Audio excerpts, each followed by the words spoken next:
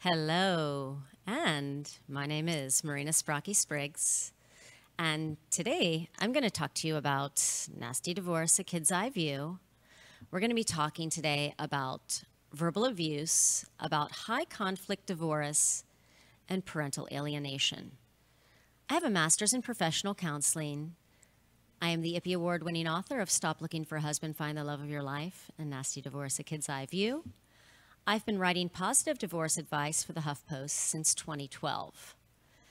And as we begin, before I begin, when we talk about verbal abuse, which can also include other kinds of abuse, but I'm mainly talking about verbal abuse.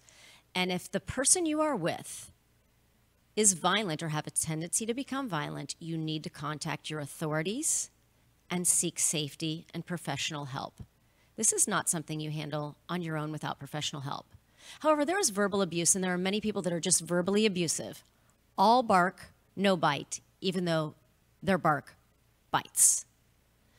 And I kind of want to talk to you about that.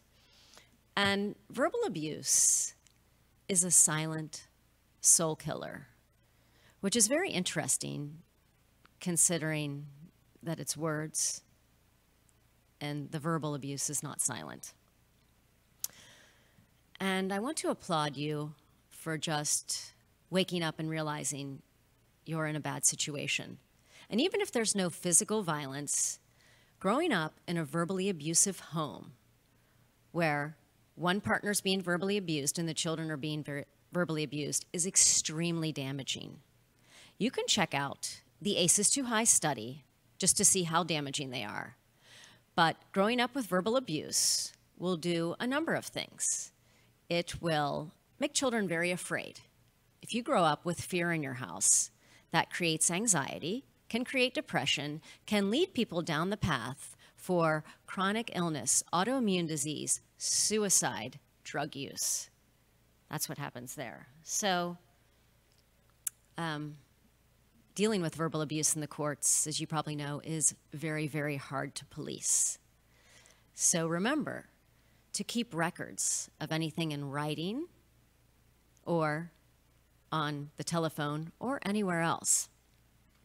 And you don't have to accept bad behavior anymore. So I'm going to give you a few tips for creating boundaries with verbal abusers. So first of all, know that it is not you. And you can kind of get a sense how I feel about verbal abuse. And you can think about this about anybody that you interact with in your life.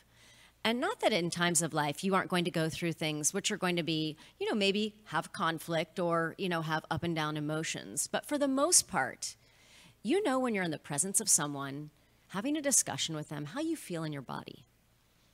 If you feel normally pretty good or neutral after leaving someone, that's a sign. If you just feel ooky and creepy or maybe even feel frightened or scared or bad, that would also be a clue. So what you want to do is sit down with your children. If you're divorced or separated and the person you're divorced or separated from is the verbal abuser, is to sit down and really make a pact with your children and to let them know it's not you. And then there's also other ways that you can phrase talking about that parent in a way that you don't also become verbally abusive. And I like to believe that no one really wants to be an abuser deep down. And probably more than likely, they grew up with something very similar. And statistics will show violence begets violence, which begets violence. It's just a train that will just keep going until somebody decides they don't want to do it anymore. And especially with verbal abuse, too. So verbal abuse knows no boundaries, but you do. So you can limit communication with your ex to a parenting app. Do not respond to verbal attacks at all. You only need to deal with facts. Who, what, where, when, and why, nothing more. An abuser needs a reaction to keep going, and as soon as you stop the reaction, it will slow down. You know these things aren't true, so somebody can call you any name you want, and if you know it's not true, you don't have to accept it. You do not have to attend every fight that you're invited to. Also, you can teach your children to stop verbal abuse. Now, again, if there is violence or a tendency towards violence, you want to get outside help. But just a regular verbal abuser, you can teach your children phrases like, please don't talk to me that way. I don't like how you're speaking to me. That hurts my feelings. Or, I don't like being yelled at, and I would be happy to talk to you when you can calm down. Now, that one could inflame a verbal abuser. So, use your own judgment, and you can just say, that hurts my feelings, and leave it at that. So, the healing is really up to you. Someone can do things to you, and you can blame them if they did that, but the healing part is up to you. So some things that you can do, when you get your kids back from your ex, you can have a purge party. You don't want to constantly talk about your ex and what went on there, but you can just have, 15 minutes and just let it all out. These are all the things that happened. This is what I felt about it. And then it's almost like you imaginary box it up and then blow it up, no more. Then have a nice group hug and do something for yourself. And I want to read a little excerpt from this book to show you about 5 things never to say to your children about your ex-spouse. And you can look at all the stories in this book. Is over 6 years of research that I collected true stories from adult children of divorce that describe exactly what happened to them growing up and then how that affected their lives later. So, awful things that parents say about their exes can have lasting damages to children. So, for instance, here's an example. Somebody might say, your mother's always late. She must not want to see you very badly. Or, your mother doesn't love you. If she did, she'd spend more time with you. Well, here's why you shouldn't say something like that. And I know it can be frustrating when your ex-spouse doesn't show up on time or at all for visitation, or you're left waiting. However, telling your child that their parent doesn't care about them is very hurtful, even if you believe it to be true. Imagine how you would feel as a child if you were told that one of the 2 people that you loved most in the world didn't love you at all. And just imagine when you say things like that, I know you're mad at your ex, but you're really hurting your children. You're sticking a knife right into their heart. And that's the truth. So please don't do that. Here's what you can say instead. So you can talk to your ex directly about how important it is to be on time for the children, and don't do it in front of the kids. So you can maybe even meet your ex at like a public place, like a park or something, so that they're entertained. And when their parent's late, you can simply say, I'm not sure why. Something must have happened. You can ask them when they get there, but refrain from judgment, because sometimes things do happen. Another thing that people say to their children are things like, your father is a loser and he never accomplishes anything in life. Here's why you shouldn't say it. Children look up to their parents and often try to emulate their behavior. When you tell your kids that their father is a loser, a jerk, a liar, a thief, etc., they may feel sad, angry, or embarrassed and begin to wonder, will I turn out the same way? Some parents go even so far as to warn their kids that if they don't change their ways, they will end up just like their dad or mom. And I just want you to think about that for a second, about the amount of damage that can really, really do to a child. Because everybody's different. And to say to some child, a person that you actually chose to reproduce with, that is half of that child, that you don't like that person, they're bad, and that child is going to be them. Just want you to put yourself in that spot for a little bit. See if that would be helpful or harmful to a situation. I'm going to tell you it's harmful.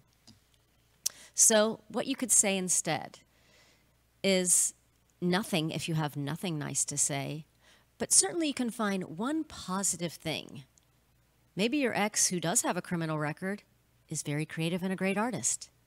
You could talk about artistic skills. Maybe they are a good communicator. I don't know. But just find something in there to just let your child know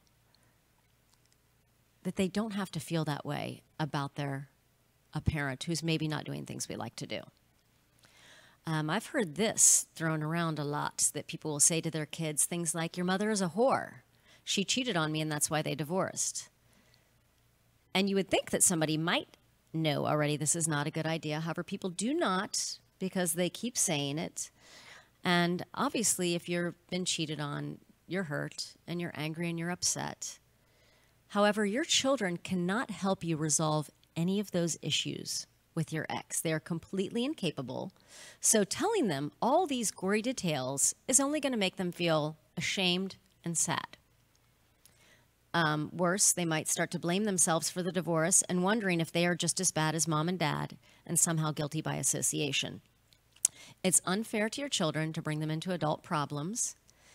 And instead, you should talk to a counselor, a church, a group, or a trusted adult friend if you have anger issues as they relate to infidelity.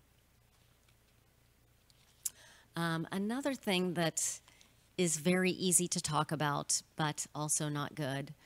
Your father's late on child support again, and we might lose our house. Here's why you shouldn't say it. And I know it's got to be stressful when you don't have money and the person giving you child support is supposed to give you some money, and you might really lose your house. But your children are completely incapable of solving that problem for you. They're completely helpless, and all you will do is make them more fearful and more helpless that they can't solve this problem. And to create that kind of stress in a little kid's mind about where they might live or where they might get food is just not good. Even if you're feeling it, I just urge you to try to just talk to another adult or a friend or something about that. But try to keep just a brave, strong face for your children. I know it's hard. I know it's hard dealing with high conflict people and verbally abusive exes, but you really, really can do it. You really can. And I just want to let you know that there's just always another way to do things. And if you want, you can check out this book, Nasty Divorce: A Kid's Eye View. If you've dealt with parental alienation, there's a lot of stories in this book. And in almost every single one of these stories, the alienation backfires on the person doing the alienating. Parental alienation is child abuse. Verbal abuse is child abuse. You can take the high road, you can overcome, and you can create boundaries. For more information, you can go to Nasty Divorce: A Kid's Eye View. Thank you for listening, and I hope you found this information helpful.